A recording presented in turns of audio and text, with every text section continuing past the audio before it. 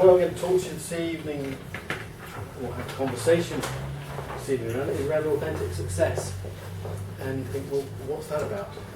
Much bandied words, authenticity and success, and it's almost like becomes kind of worthless. But think for a minute, what would authentic mean to you? And what does success mean to you? Real recognition for both creative talents and other. Certainly authentic, real, and things being genuine, Yeah. true, bullshit-free, Right. without too much politics perhaps. Gets to the core issue of the essence of it. Success, recognition comes with success, definitely. Yeah. Also, I think success can be quite individual. What's success for one person is not the same for anybody else. Some people want the fame and fortune and the money and the rest of it, and some people want a simple life with no stress. Some people want to be healthy. Some people, just want to leave a life in the fast lane. So I think it varies. So the part of the mix here is knowing actually, who you are, what's real for you, and knowing what you really want. And actually, when you can know who you are and what you want, and then go and achieve it, then it's not a bad start. And I'm sure most people are doing that to a large extent anyway. But what I've noticed is, to try and keep things simple, because I like to keep things simple because it's that way I can carry it in my head, is that there's three sort of core areas really that a lot of us, particularly in business, a lot of our focus is around work. That's where the money comes. That's where we spend most of our time if we're not asleep. But there's sort of a dynamic which I've noticed that happens quite a lot. I certainly know when I've, in the past, focused far too much on work, been a bit self-centred, and as a result, my relationship with others has suffered.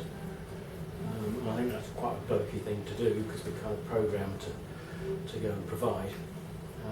Whereas women sometimes focus more on other people and the relationships and the work, and they forget about looking after themselves. So it's sort of a common dynamic. And then you get sort of the new age people who spend all their time sort of trying to do the self-actualisation, and they forget about work and how it's going to be paid for. And maybe the public sector fit into that space. But it's when, from my point of view, I think it's when you can try and get all three working well, and that's when, regardless of what authentic success means to you personally, you kind of need to get those three bits working. And I think quite often people get two out of three working, but not all three together, and that's when things really start to roll. That's my take on it anyway. Of course, the benefit of, if you get your work working well, so that actually you maybe earning another 10-20% a year or more, with a little less time, so you're not having to work all hours, that frees you up to start working on yourself, clearing some of your blocks and stuff, so that you can actually have better relationships.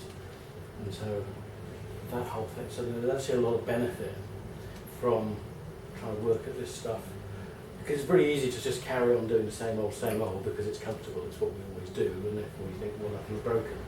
But actually, if you stop and think for a little while, then there's a possibility that actually think, well, actually, I could earn a bit more for a little less effort, feel more comfortable in myself, more relaxed, less blown about by external events and people, and have the relationships I do have to be more fulfilling and less dull.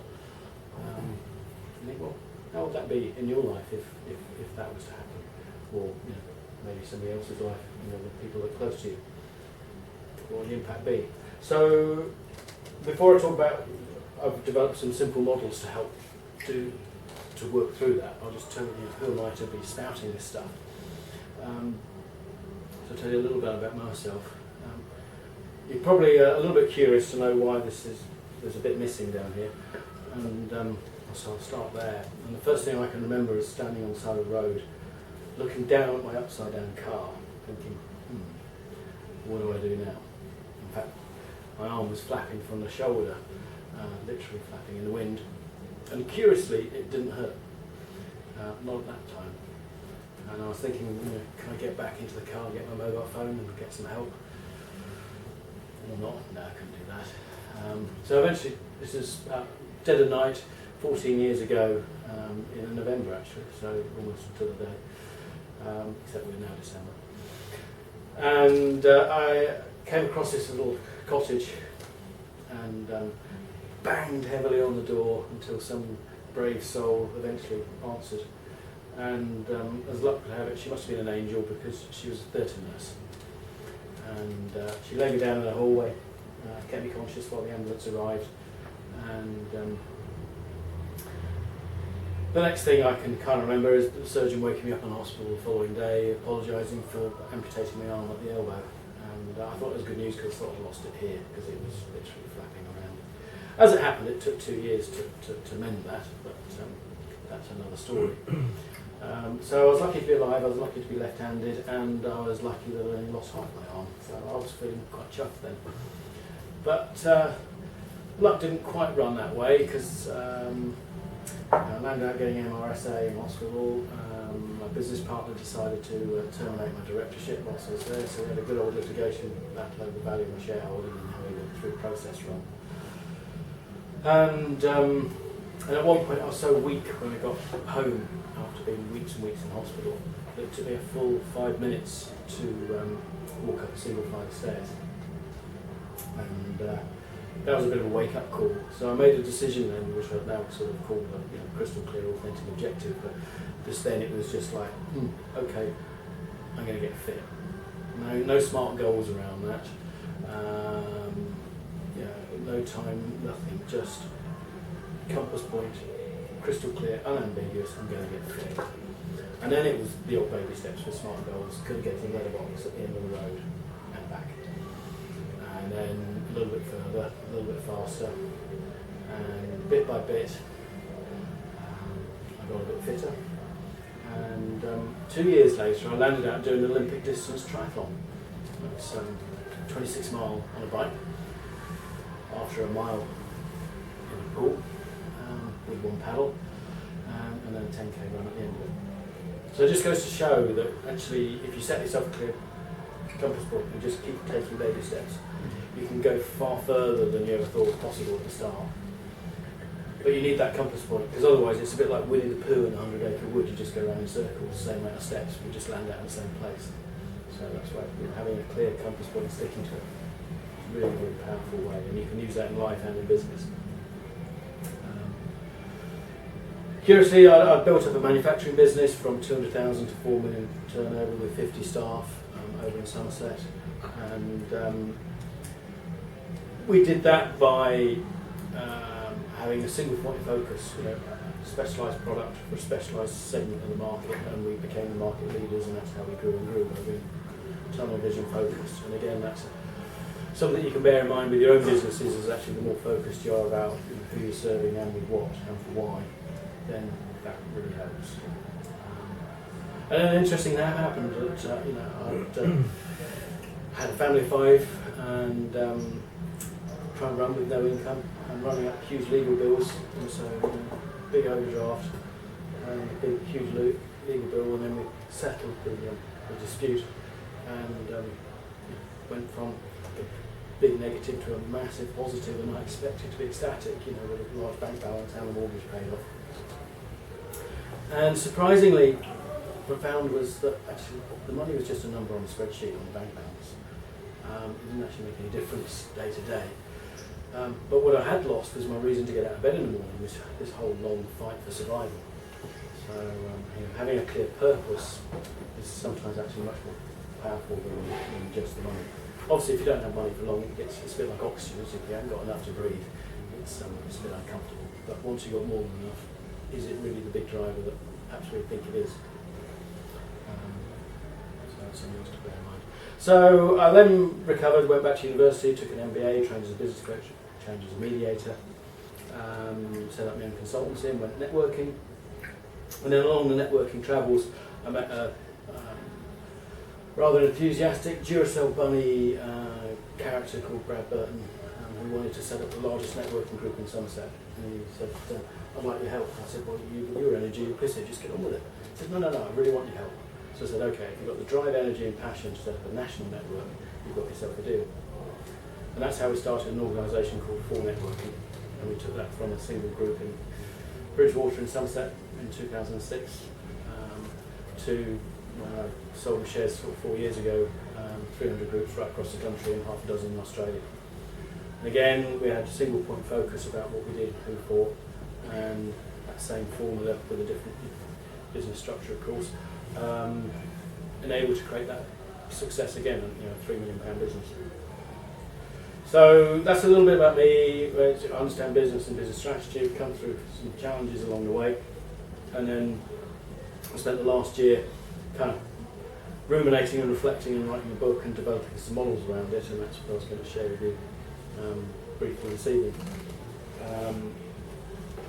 so you can get benefit.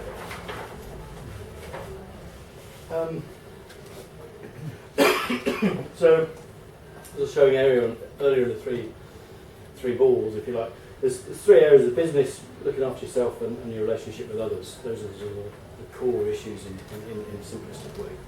We developed a model which I'll share with you in a minute, a harmony model, which looks at giving you the key pointers to look at to make sure that actually your business strategy works and your personal strategy works, and they work in harmony with each other, which is why it's called harmony. Because actually, if your business is not working, it's difficult to feel good and upbeat. But if your personal life's not really working, then it's difficult for your business to work. So the two actually need to work together in alignment.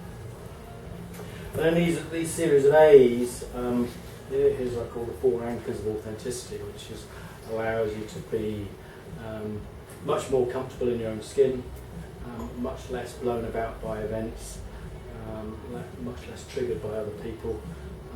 And when shit happens, as it inevitably does, that you're actually able to take it more in your stride than perhaps before.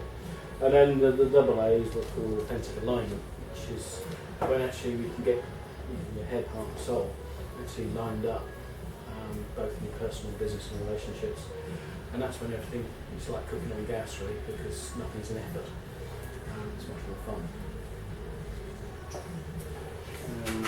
So to give you a brief look at this harmony model, there's lots of detail in it.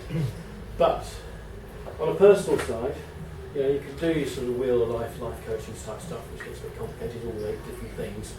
Again, as I said earlier, I like to keep it simple. So I've put it down to 4 things. That if I said you've got plenty of money, great relationships, enjoy the activities that you do, and were in great health, would you take it? Because actually, if you've got those 4 covered, everything else is kind of a bonus. But I've noticed that not that many people do have all 4 of those running well at once. The reason for that is what I call the OMY part of the harmony on the personal side, is that they don't get organised. These things doesn't happen by accident. It needs a bit of thought, it needs a bit of planning. You've got to be clear about what you want, and set out. You can't do it all in a day, so it's about what can you realistically do over the next period. The end part's nurture. I don't know about you, but a lot of people, I certainly used to, I'm better than I used to be, but I still do it. Do you ever talk to yourself in a way that you'd never talk to anyone else? Relentlessly beating yourself up because you've not done this or not done that, or messed that up again, what have you. If you wouldn't talk to anyone else like that, why do you talk to yourself like that? So actually the better way you can actually look after yourself, both mentally and physically, if you go on one of Bruce's Fresh Air Friday sessions to do the mental resilience, to help you on that. And then the why is the why and why not. Why you, because having those 4 things in itself is, generally speaking, not enough motivation for most people to do it. So if there's a bigger why, a bigger picture why, that helps form motivation to get organised, to look after yourself, to make these things happen. And then of course it exists of the why not, which is the blocks and fears and resistances, which maybe it's probably the kind of work that you deal with. But I could open up some doors on that and then send people like yourself to work through the detail.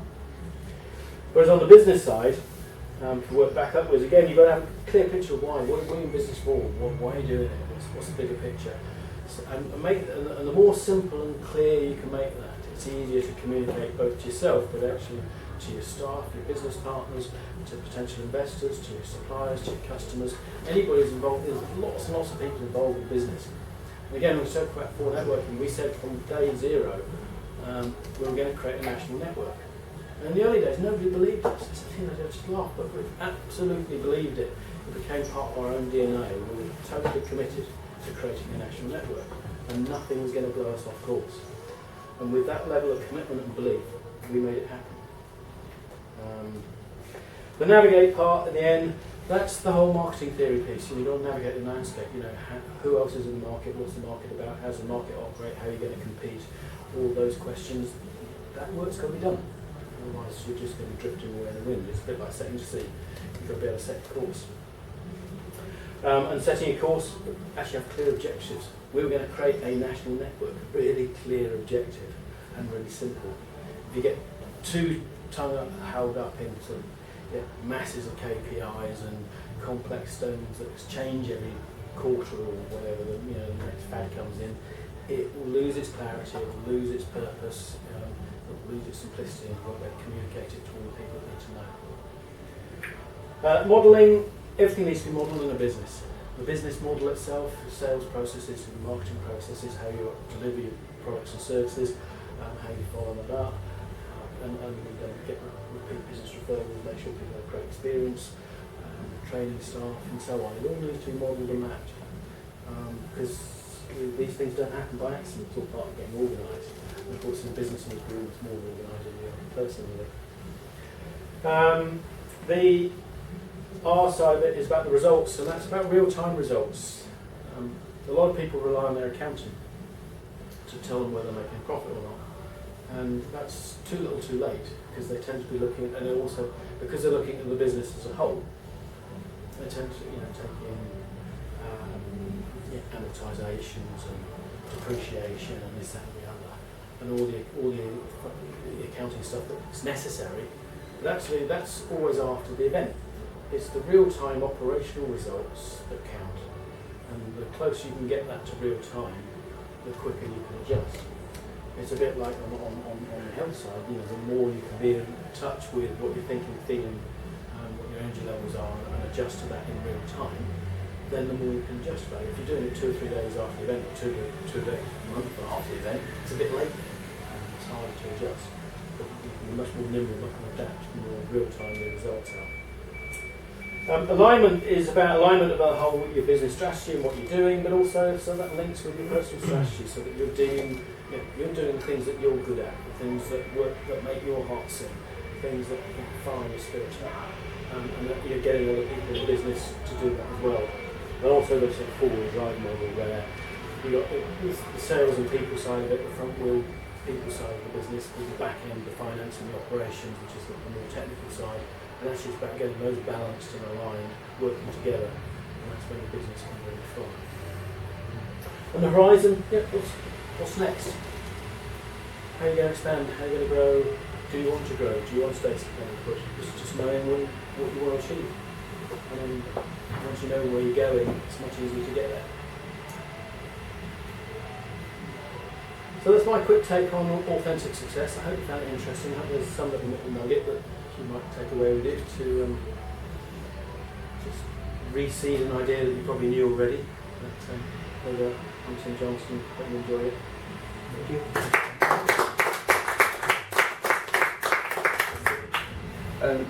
Questions? Open for questions. Also for Neil as well, because we didn't have time to ask him any questions as well. I can see Mike is don't have a question. No. Okay. No, it's getting the motivation problem. I've got the creative talent, and it's possibly just getting motivation. I'm not that fit, to be honest. I'm very tired all the time. Yeah. So it's very difficult for me to kind of push myself in the way you're talking about. Sure.